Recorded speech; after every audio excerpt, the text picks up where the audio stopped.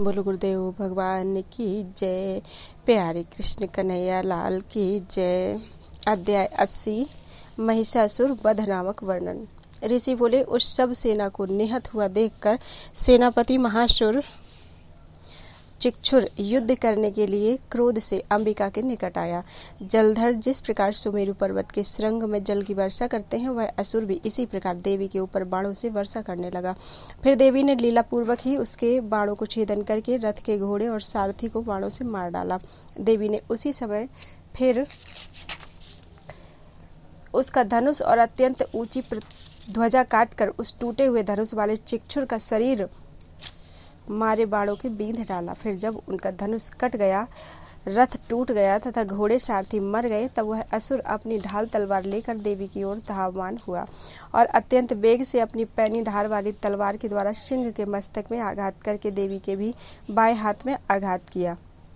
हे नृपनंदन, उस असुर की वह तलवार देवी के हाथ का स्पर्श होते ही टूट गई। फिर क्रोध सहित लाल लाल नेत्र किए उस महाअसुर ने शूल ग्रहण करके उसने उसे भद्रकाली पर फेंका। तब देवी ने उस त्रिशूल को तेज से जाज्वल्यमान और आकाश से गिरते हुए दूसरे सूर्यमंडल के समान देखकर अपना शूल चढ़ाया। उस देवी के चलाए शूल ने असुर के चलाए हुए शूल के शतखंड करके महाअसुर चिक्षुर के भी शतखंड कर डाले। महिषासुर का सेनापति वह महावीरवान चिक्षुर नामक असुर जब मारा गया, तब देवताओं का शत्रु चामर नामक असुर हाथी पर चढ़कर युद्धार्थ देवी के सम्मुख आया। फिर उस महाअसुर ने देवी को लक्ष्य करके शक्ति छोड़ी, किंतु वह शक्ति देवी के हुंकार शब्द से अभिहत और प्रभाहीन होकर पृथ्वी पर गिर गई। अपनी शक्ति को टूटकर गिरता हुआ देखकर असुर ने क्रोध पूर्वक शूल चलाया, पर देवी ने अपने बाणों से उस शूल का भी छेदन किया। अनंतर देवी का वाहन सिंह उछलकर गज के मस्तक पर चढ़ गया और हाथी की पीठ पर बैठे हुए उस देवशत्रु असुर से बाहु युद्ध करने लगा। सिंह और चामरासुर दोनों युद्ध करते करते उस हाथी की पीठ से नीचे गिरे और परस्पर अत्यंत क्रोधित होकर दारुण प्रहारों के द्वारा युद्ध करने लगे। अनंतर कुछ कालोपरांत ही सिंह ने आकाश में उछल और वहां से फिर पृथ्वी में गिरकर अपने पंजों के प्रहार द्वारा चामर असुर के मस्तक को देह से पृथक कर दिया। देवी ने उग्र नामक असुर का पत्थर और वृक्षों की वृष्टि करके मार डाला। दांत और घूंसों के प्रहार से कराल नामक असुर का विनाश किया। क्रोध में भरी हुई देवी ने गदापात द्वारा उद्धत नामक असुर को चूर्ण कर डाला। फिर बास्कल नामक असुर को भिंदीपाल से तथा अंधक नामक दोनों असुरों को बाणों से विनाश किया। त्रिनेत्रा परमेश्वरी देवी ने त्रिशूल से उग्रास्य, उग्रवीर्य और महाहनु नामक 3 असुरों का संहार किया। असी द्वारा असुरा का मस्तक देह से काटकर गिरा दिया। दुर्धर और दुर्मुख नामक दोनों असुरों को बाणों के द्वारा यमालय में भेज दिया और कालरात्रि ने कालासुर को कालदंड में नष्ट कर गिरा दिया और उग्र दर्शन को बड़े उग्र खड्गपात से ताड़न किया और असिलोमा को असी द्वारा युद्ध स्थल में नष्ट कर दिया और गणों ने तथा सिंह ने जयपूर्वक सिंहनाद किया। इस प्रकार से अपनी सेना को क्षय होता हुआ देखकर महिषासुर अपना महेश रूप धारण कर देवी के उन गणों को भय दिखाने लगा। किसी को मुख के प्रहार द्वारा, किसी को खुर के प्रहार द्वारा, किसी को पूंछ के प्रहार द्वारा और किसी को सींगों से विदारण करने लगा। किसी को बेग द्वारा, किसी को गर्जना द्वारा, किसी को भ्रमण द्वारा और किसी को श्वास की पवन से मारकर भूमि में गिरा दिया। इस प्रकार प्रमथ सैन्य अर्थात देवी के गणों को गिराकर वह असुर महादेवी के सिंह को मारने की इच्छा से दौड़ा। तब अंबिका कुपित हुई। महावीर्यवान महिषासुर भी अत्यंत क्रोधित होकर खुरों से पृथ्वी खोदता हुआ दोनों सींगों से संपूर्ण ऊंचे पर्वतों को फेंक कर गर्जना करने लगा और उसके बेग सहित भ्रमण करने पर खुदी हुई भूमि मृदुल हो गई तथा पूंछ से ताड़ित समुद्र चारों ओर फैलने लगा। कंपायमान सींगों से फाड़े हुए मेघों के टुकड़े टुकड़े हो गए और इसके श्वास की पवन द्वारा सैकड़ों पर्वत आकाश से गिर पड़े। इस प्रकार भरे हुए असुर को निकट आता हुआ देखकर चंडिका देवी ने भी कुपित होकर उसी समय उसके मारने की इच्छा की। फिर देवी ने पाश फेंक कर उस महाअसुर को बांध लिया और उस महिषासुर ने भी उस युद्ध क्षेत्र में अपना महेश रूप त्याग दिया। तत्काल सिंह रूप धारण कर लिया। अनंतर ज्यों ही अंबिका देवी उसका मस्तक काटने में उद्यत हुई, तब वह खड़ग हाथ में लिए पुरुष रूप में दिखाई देने लगा। इसके उपरांत देवी ने बाणों से ढाल और तलवार के सहित उस पुरुष को छेदन कर डाली। तब वह अत्यंत बड़े हाथी का रूप धारण करके सूंड से देवी के वाहन महासिंह को खींचता हुआ गरजने लगा। तब देवी ने खड्ग से उस सिंह को खींचते हुए हाथी की सूंड काट डाली। अनंतर महाअसुर पुनर्बार महेश रूप धारण करके पूर्वोक्त प्रकार से सचराचर त्रैलोक को फिर क्षोभित करने लगा। इसके पीछे जगत की माता चंडिका कुपित होकर उत्तम मधु पीने लगी और लाल नेत्र किए बारंबार हंसने लगी। तब वह बल वीर्य मतवाला असुर भी गरजता हुआ दोनों सिंगों के द्वारा चंडिका देवी के ऊपर पर्वत फेंकने लगा। देवी चंडिका अपने बाणों के द्वारा उसके चलाए सब पर्वतों को चूर्ण करके उस असुर से कहने लगी, किंतु उस समय मद्य पीने के कारण चंडिका का बदन रक्तवर्ण हो गया और समस्त अक्षरों का स्पष्ट उच्चारण नहीं हुआ। देवी बोली, रे मूढ़, जब तक मैं मधुपान करती हूँ तब तक तू गरज ले। मेरे द्वारा तुझको शीघ्र विनाश करने पर देवता इसी स्थान में गर्जना करेंगे। ऋषि बोले, देवी इस प्रकार कहकर फिर वह उछलकर उस महाअसुर के ऊपर चढ़ गईं और उसको अपने पैरों से दबाकर उसके कंठ में त्रिशूल से छेदन करने लगी। अनंतर वह असुर भी देवी के पैरों से दबने के कारण देवी के पराक्रम के सम्मुख अस्त हो गया और उसके मुख की कांति आधी रह गई। तदनंतर आधी कांति वाले लड़ते हुए उस महाअसुर का देवी ने उसे महाअसी के द्वारा मस्तक काटकर विनाश किया। इस प्रकार से वह महिषासुर अपनी सेना और सुहृद गणों के सहित त्रिलोकी को मोहित कर अंत में देवी के हाथ से निहत हुआ। उस समय महिषासुर के मरने पर त्रिलोकी के देवता, मनुष्य, पातालवासी, बलि आदि असुरों ने देवी का जय जयकार किया। तदनंतर देवी ने हाहाकार करती हुई दैत्यों की सब सेना को नाश कर दिया, जिससे कि वह सब देवता गण अत्यंत हर्ष को प्राप्त हुए। देवता और दिव्य महर्षि गण देवी की स्तुति करने लगे, गंधर्वपति तथा गण गाने लगे और अप्सराएं नाचने लगी। श्री मार्कंडेय पुराण में देवी महात्म्य में महिषासुर वध वर्णन नामक 80वां अध्याय पूरा हुआ। अध्याय 81 देवी महात्म्य का वर्णन। ऋषि बोले, उस समय इंद्र आदि सब देवता महिषासुर के मरने से प्रसन्न होकर देवी की स्तुति करने लगे। जब भगवती देवी ने देवताओं के बैरी अत्यंत वीर्यवान उस दुष्ट महिषासुर का वध किया, तब इंद्र इत्यादि देवताओं के समूह कि जिनको शोभायमान शरीर अति प्रसन्नता के कारण पुलकित हो गए थे, अपने मस्तक, कंठ और कंधों को झुकाकर नमस्कार पूर्वक नाना प्रकार के वचनों से दुर्गा का स्तवन करने लगे। देवता बोले, जिन्होंने अपने प्रभाव से इस चराचर जगत को विस्तारित किया है, संपूर्ण देवताओं के शक्ति समूह से मिलकर जो मूर्ति रूप में परिणत हुई हैं और संपूर्ण देवता तथा महर्षियों की पूजनीय हैं, हम भक्ति सहित उन अंबिका देवी को प्रणाम करते हैं, वह हमारा मंगल करें। भगवान अनंत देव, ब्रह्मा और महादेव, जिनके प्रभाव और बल का वर्णन करने में समर्थ नहीं होते, वह चंडिका देवी संपूर्ण जगत का पालन करने के लिए निमित्त तथा अमंगल और भय विनाश के निमित्त इच्छा करें। जो पुण्यवान मनुष्यों के घर में संपदा स्वरूप हैं, जो पापियों के घर में अलक्ष्मी स्वरूप है और जो समस्त पढ़ने से निर्मल अंतःकरण वाले के हृदय में बुद्धि स्वरूप हैं, जो श्रेष्ठ आचरण वालों की श्रद्धा स्वरूप हैं और जो सत्कुलोत्पन्न मनुष्यों की लज्जा स्वरूप हैं, हम उन्हीं तुमको नमस्कार करते हैं। हे देवी, तुम विश्व का पालन करो। तुम्हारे इस प्रकार अचिंत्य रूप का वर्णन करने में हम कैसे समर्थ हो। हे देवी, तुम्हारा असुर क्षयकारी अपरिमित वीर्य तथा असुर और देवताओं के प्रति युद्ध क्षेत्र में वह सब अति अद्भुत व्यवहार हम किस भांति से वर्णन करें। हे देवी, तुम विकार रहित आद्य प्रकृति हो तथा सत्व, रज और तमो गुणात्मिका होने पर भी जगत का हेतु हो। राग द्वेष आदि युक्त विष्णु, महादेव आदि भी तुम्हारा प्रकृति तत्व नहीं जानते। हे देवी, तुम अपार और सब पदार्थों की आश्रय स्वरूप हो, यह जगत तुम्हारा ही अंशभूत है। हे देवी, संपूर्ण यज्ञों में ही तुम्हारा नाम उच्चारण करने से समस्त देवता तृप्ति लाभ करते हैं, क्योंकि तुम ही देवता और ऋषियों को तृप्तिकारक स्वाहा और स्वधा रूप कहकर उच्चारित होती हो। हे देवी, तुम्हारी बृहत उपासना का विषय अचिंत्य है और जितेंद्रिय तत्वसार तथा दोषहीन मोक्षार्थी मुनिगण तुमको मुक्ति का कारण कहकर सेवन करते हैं। हे देवी, अतएव तुम ही भगवती सर्वोत्कृष्ट मोक्ष विद्या हो। हे देवी, तुम शब्दमय तीनों वेद स्वरूप हो और प्रणव युक्त मनोहर पद पाठ वाली ऋक, यजु और सामवेद का आश्रय रूप हो। तुम ही देवी सर्वैश्वर्य युक्त हो। तुम ही संसार की जीवन रक्षा के निमित्त कृषि स्वरूप हो। हे देवी, तुम ही संपूर्ण जगत की विषम पीड़ा का विनाश करने वाली हो। हे देवी, तुम ही बुद्धि स्वरूप हो, क्योंकि तुम दुर्गम भव सागर में अद्वितीय नौका स्वरूप हो। तुम ही कैटव शत्रु के मारने वाले भगवान विष्णु के हृदय में वास करने वाली लक्ष्मी हो, और तुम ही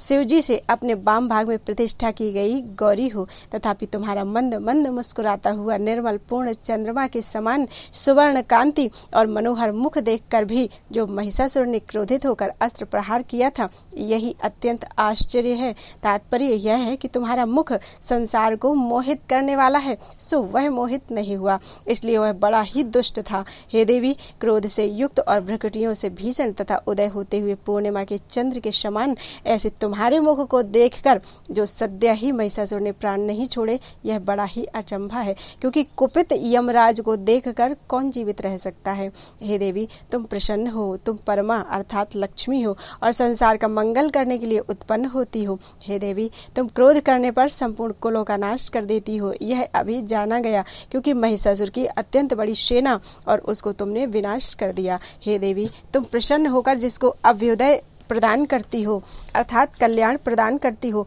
वही देश में पूजित होते हैं, उनको ही धन और यश मिलता है, उनका ही धर्म नहीं घटता, वही धन्य है और उनके ही पुत्र स्त्री तथा सेवक उद्वेगहीन होते हैं।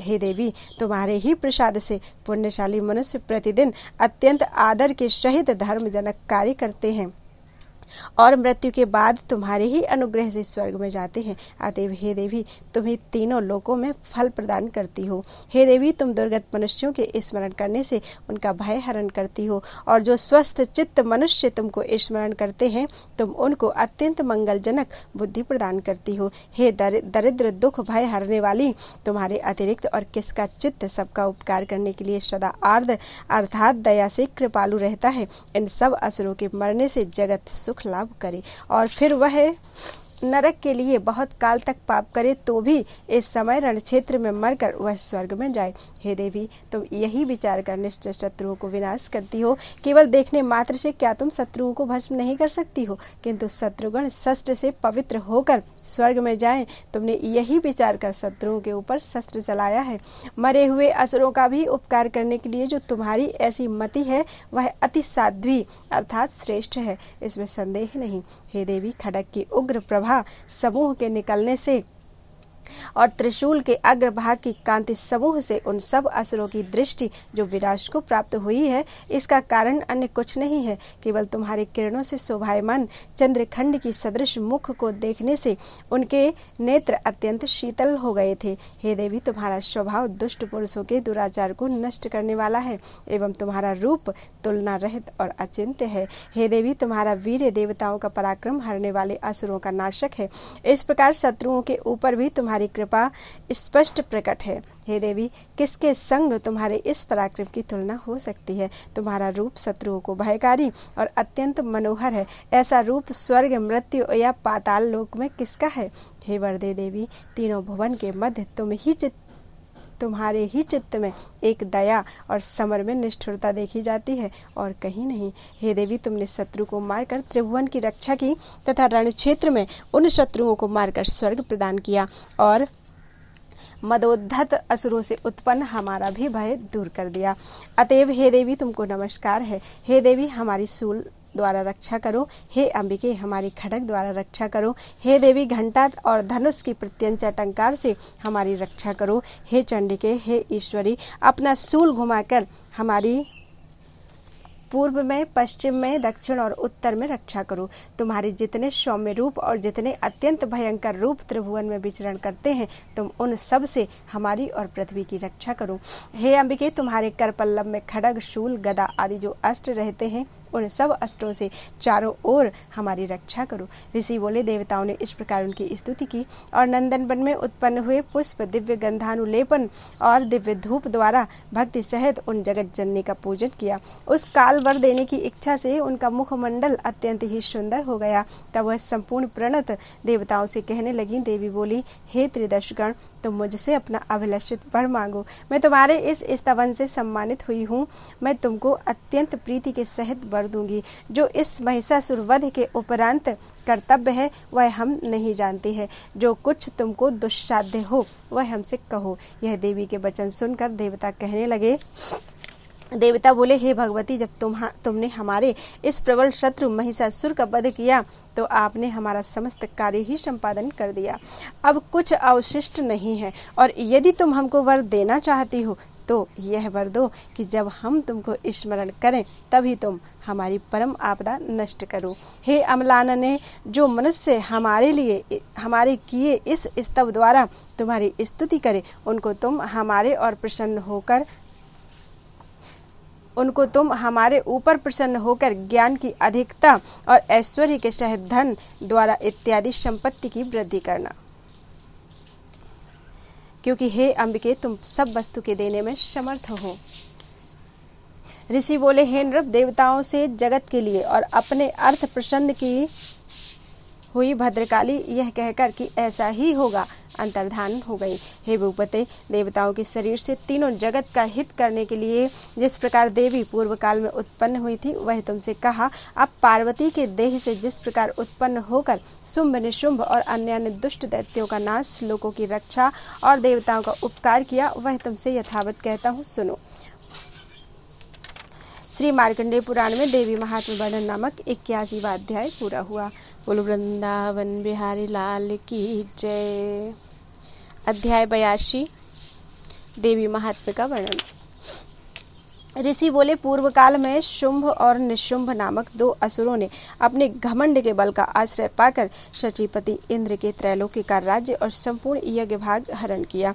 वह शुंभ और निशुंभ सूर्य और चंद्र, कुबेर और वरुण अधिकार का कार्य स्वयं करने लगे, और वही पवन का अधिकार तथा अग्नि का कार्य करने लगे,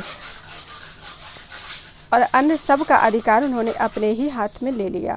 अनंतर उन दोनों महाअसुरों के द्वारा हृताधिकार तिरस्कार किए राज्यहीन, पराजित और निकाले हुए देवता उन अपराजिता देवी को स्मरण करने लगे। विपद काल में मुझको स्मरण करने में तत्काल तुम्हारी परम आपदा नष्ट करूंगी। पूर्व में हमको इस प्रकार देवी ने वर दिया है। इस समय घोर विपद उपस्थित है, अतएव सम्यक रीति से उनकी ही शरण लेनी चाहिए। देवता इस प्रकार बुद्धि स्थिर करके पर्वतों में शिरोमणि हिमालय पर्वत में जाकर उन विष्णु माया की स्तुति करने लगे। देवता बोले, नमो देव्यै महादेव्यै शिवायै सततं नमः। नमः प्रकृतये भद्रायै नियताः प्रणताः स्मतां। रौद्रायै नमो नित्यायै गौर्यै धात्र्यै नमो नमः। नमो जगत्प्रतिष्ठायै देव्यै कृत्यै नमो नमः। ज्योत्स्नायै चन्द्ररूपिण्यै सुखायै सततं नमः। कल्याण्यै प्रणतामृद्यै सिद्ध्यै कूर्म्यै नमो नमः। नैरत्यै भूभृतां लक्ष्म्यै सर्वाण्यै ते नमो नमः। दुर्गायै दुर्गपारायै सारायै सर्वकारिण्यै ख्यात्यै तथैव कृष्णायै धूम्रायै सततं नमः। देवता बोले, देवी को नमस्कार है, महादेवी को नमस्कार है, शिवा को सर्वदा नमस्कार है, प्रकृति को नमस्कार है, भद्रा को नमस्कार है। हम प्रणत होकर उन देवी को नमस्कार करते हैं, रौद्रा को नमस्कार करते हैं, नित्या, गौरी और धात्री को बारंबार नमस्कार करते हैं। जगत की प्रतिष्ठा और कृत्या को नमस्कार है। उन प्रकाश स्वरूप चंद्र रूप और परमानंद रूप देवी को सदा नमस्कार करते हैं। कल्याणी और बुद्धि रूपा देवी को नमस्कार है। सिद्धि रूपा देवी को बार बार नमस्कार करते हैं। नैरत्य स्वरूपा देवी को नमस्कार है। राजाओं के घर में लक्ष्मी रूपा देवी को नमस्कार है।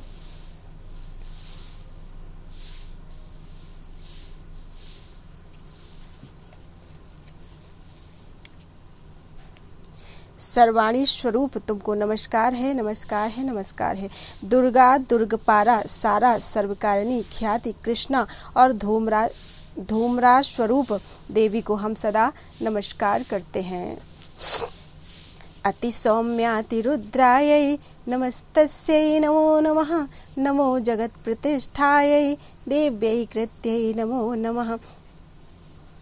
जो अत्यंत सौम्य और अत्यंत रौद्र हैं, उन देवी को हम अति विनय सहित बार बार नमस्कार करते हैं।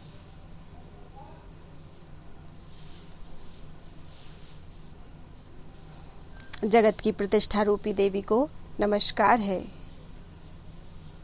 कृति स्वरूप विनय सहित बार बार नमस्कार करते हैं।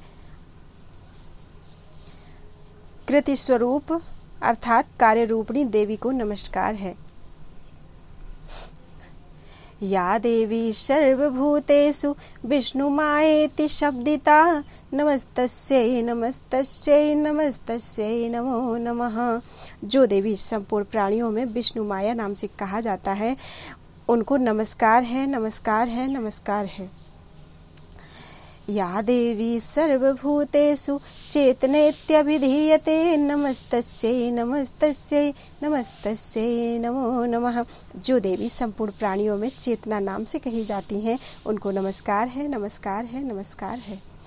या देवी सर्वभूतेषु बुद्धिरूपेण संस्थिता नमस्तस्यै नमस्तस्यै नमस्तस्यै नमो नमः। जो देवी सब प्राणियों में बुद्धि रूप से स्थित हैं, उनको नमस्कार है, नमस्कार है, नमस्कार है। या देवी सर्वभूतेषु निद्रारूपेण संस्थिता नमस्तस्यै नमस्तस्यै नमस्तस्यै नमो नमः। जो देवी सब प्राणियों में निद्रा रूप से अवस्थित हैं, उनको नमस्कार है, नमस्कार है, नमस्कार है। या देवी सर्वभूतेषु क्षुधारूपेण संस्थिता नमस्तस्यै नमस्तस्यै नमस्तस्यै नमो नमः। जो देवी सब प्राणियों में क्षुधा रूप से अवस्थान करती हैं, उनको नमस्कार है, नमस्कार है, नमस्कार है। या देवी सर्वभूतेषु छायारूपेण संस्थिता नमस्तस्यै नमस्तस्यै नमस्तस्यै नमो नमः। जो देवी संपूर्ण प्राणियों में छाया रूप से स्थिति करती हैं, उनको नमस्कार है, नमस्कार है, नमस्कार है। या देवी सर्वभूतेषु शक्ति रूपेण संस्थिता नमस्तस्यै नमस्तस्यै नमस्तस्यै नमो नमः। जो देवी सब प्राणियों में शक्ति रूप से विराजमान है, उनको नमस्कार है, नमस्कार है, नमस्कार है। या देवी सर्वभूतेषु तृष्णारूपेण संस्थिता नमस्तस्यै नमस्तस्यै नमस्तस्यै नमो नमः। जो देवी सब प्राणियों में तृष्णा रूप से वास करती हैं, उनको नमस्कार है, नमस्कार है, नमस्कार है। या देवी सर्वभूतेषु शान्तिरूपेण संस्थिता नमस्तस्यै नमस्तस्यै नमस्तस्यै नमो नमः। जो देवी सब प्राणियों में शांति रूप से स्थित है, उसको नमस्कार है, नमस्कार है, नमस्कार है। या देवी सर्वभूतेषु जातिरूपेण संस्थिता नमस्तस्यै नमस्तस्यै नमस्तस्यै नमो नमः। जो देवी सब प्राणियों में जाति रूप से विराजित है, उनको नमस्कार है, नमस्कार है, नमस्कार है। या देवी सर्वभूतेषु लज्जारूपेण संस्थिता नमस्तस्यै नमस्तस्यै नमस्तस्यै नमो नमः। जो देवी सब प्राणियों में लज्जा रूप से निवास करती हैं, उनको नमस्कार है, नमस्कार है, नमस्कार है। या देवी सर्वभूतेषु शान्तिरूपेण संस्थिता नमस्तस्यै नमस्तस्यै नमस्तस्यै नमो नमः। जो देवी सभी प्राणियों में शांति रूप से स्थित हैं, उनको नमस्कार है, नमस्कार है, नमस्कार है। या देवी सर्वभूतेषु श्रद्धारूपेण संस्थिता नमस्तस्यै नमस्तस्यै नमस्तस्यै नमो नमः। जो देवी सभी प्राणियों में श्रद्धा रूप से स्थित हैं, उनको नमस्कार है, नमस्कार है, नमस्कार है। या देवी सर्वभूतेषु कांतिरूपेण संस्थिता नमस्तस्यै नमस्तस्यै नमस्तस्यै नमो नमः। जो देवी सब प्राणियों में कांति रूप से अधिष्ठान करती हैं, उनको नमस्कार है, नमस्कार है, नमस्कार है। या देवी सर्वभूतेषु लक्ष्मी रूपेण संस्थिता नमस्तस्यै नमस्तस्यै नमस्तस्यै नमो नमः। जो देवी सब प्राणियों में लक्ष्मी रूप से वास करती हैं, उनको नमस्कार है, नमस्कार है, नमस्कार है। या देवी सर्वभूतेषु धृतिरूपेण संस्थिता नमस्तस्यै नमस्तस्यै नमस्तस्यै नमो नमः। जो देवी सभी प्राणियों में धृति रूप से स्थित हैं, उनको नमस्कार है, नमस्कार है, नमस्कार है। या देवी सर्वभूतेषु वृत्तिरूपेण संस्थिता नमस्तस्यै नमस्तस्यै नमस्तस्यै नमो नमः। जो देवी सभी प्राणियों में वृत्ति रूप में से विराजमान है, उनको नमस्कार है, नमस्कार है, नमस्कार है। या देवी सर्वभूतेषु स्मृति रूपेण संस्थिता नमस्तस्यै नमस्तस्यै नमस्तस्यै नमो नमः। जो देवी सब प्राणियों में स्मृति रूप से स्थित है, उनको नमस्कार है, नमस्कार है, नमस्कार है। या देवी सर्वभूतेषु नीति रूपेण संस्थिता नमस्तस्यै नमस्तस्यै नमस्तस्यै नमो नमः। जो देवी संपूर्ण प्राणियों में नीति रूप से विराजमान है, उनको नमस्कार है, नमस्कार है, नमस्कार है। या देवी सर्वभूतेषु तुष्टि रूपेण संस्थिता नमस्तस्यै नमस्तस्यै नमस्तस्यै नमो नमः।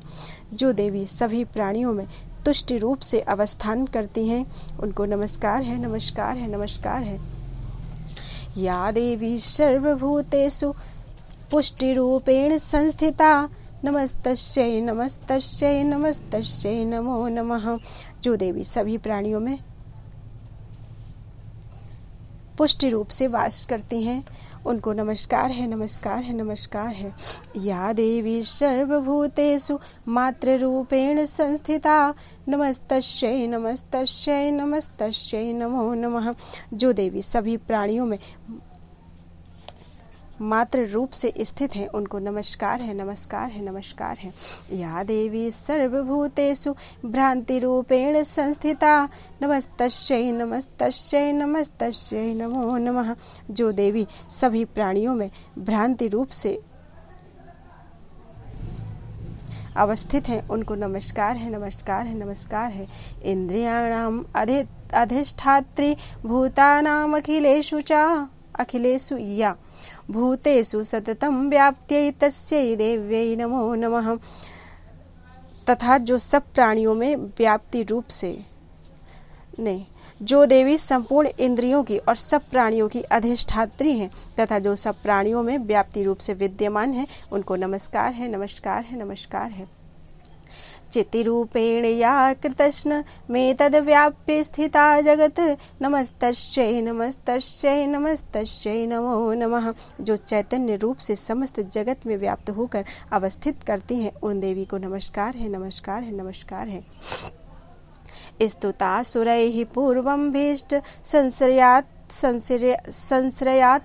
तथा सुरेन्द्रेश दिनेश सेविता करोतु सा नः शुभहेतुरीश्वरी शुभानि भद्राण्यभिहन्तु चापदः।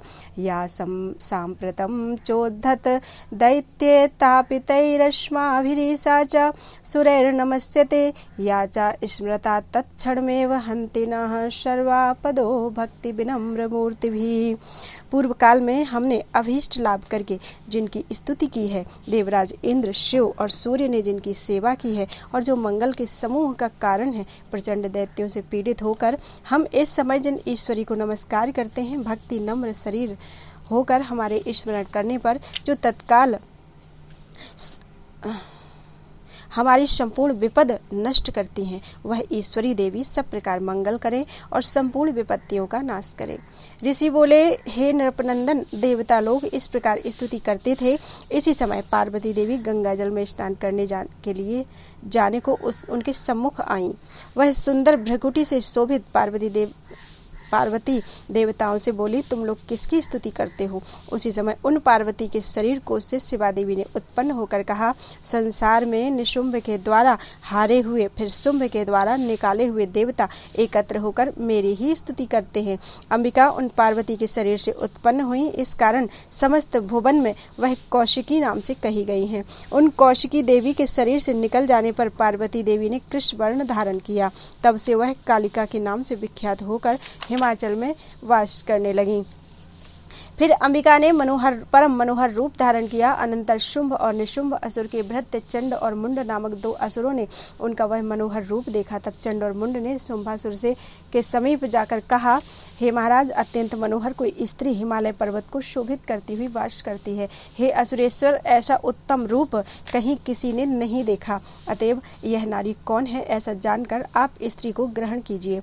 वह सुंदर अंग वाली नारी स्त्रियों में रत्न रूप है। हे दैत्येंद्र, वह नारी अपने देह की कांति से संपूर्ण दिशाओं को प्रकाशित करके वास कर रही है, उसको आपको देखना उचित है। हे प्रभु, त्रैलोक्य में श्रेष्ठ मणि और श्रेष्ठ हाथी घोड़े इत्यादि जो सब रत्न हैं, वह इस समय समस्त ही आपके घर में शोभा पाते हैं। हाथियों में रत्न ऐरावत, मनोहर, पारिजात वृक्ष और उच्च ही श्रवा घोड़ा इंद्र के यहाँ से लाया गया। विधाता का रत्न स्वरूप जो अद्भुत हंस युक्त विमान है, वह भी लाया जाकर आपके आंगन में रखा हुआ है।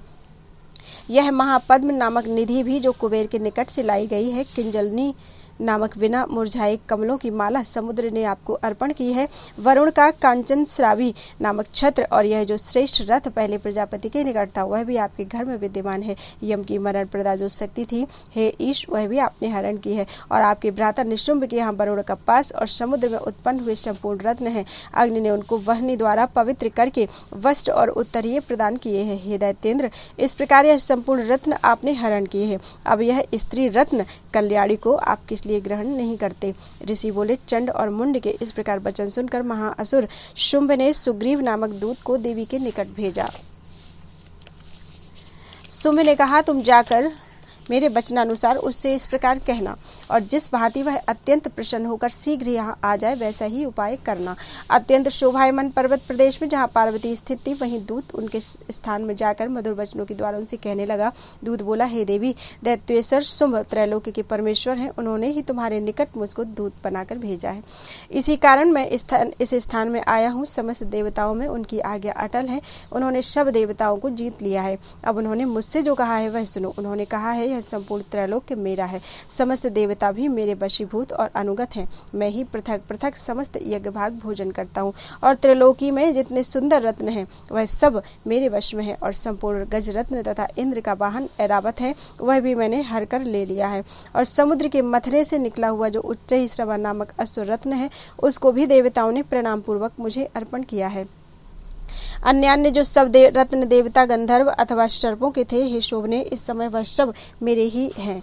हे देवी, तुमको हम लोक में स्त्री रत्न समझते हैं, अतएव तुम रत्न स्वरूप हो। तुम हमारे घर चलो, क्योंकि इस समय हम ही रत्नों के भोगने वाले हैं। हे चंचल कटाक्ष वाली, मुझे या मेरे बड़े पराक्रमी छोटे भाई निशुंभ को भजो, क्योंकि तुम रत्न स्वरूपा हो।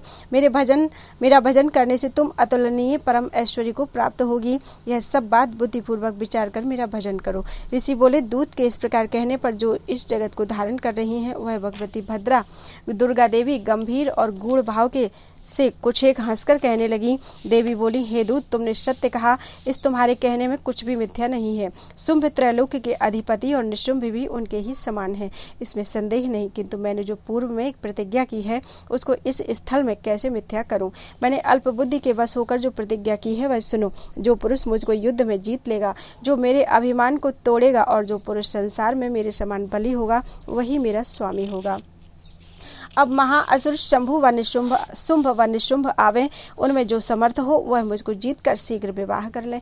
विलंब का क्या प्रयोजन है? दूत बोला, हे देवी, तुम अत्यंत गर्वित हुई हो, मेरे निकट ऐसी बात मत कहो। तीनों लोक में शुंभ और निशुंभ के आगे कौन पुरुष ठहर सकता है? शुंभ और निशुंभ की बात तो दूर रहे, उनके अनुचर अन्य दैत्यों के सम्मुख देवता भी स्थिर नहीं रह सकते। फिर तुम अकेली स्त्री किस प्रकार स्थिर रहोगी? इंद्रादि देवतागण जिन शुंभ आदि के सम्मुख खड़े नहीं रह सकते, तो तू स्त्री होकर उनसे किस प्रकार युद्ध करने जाओगी?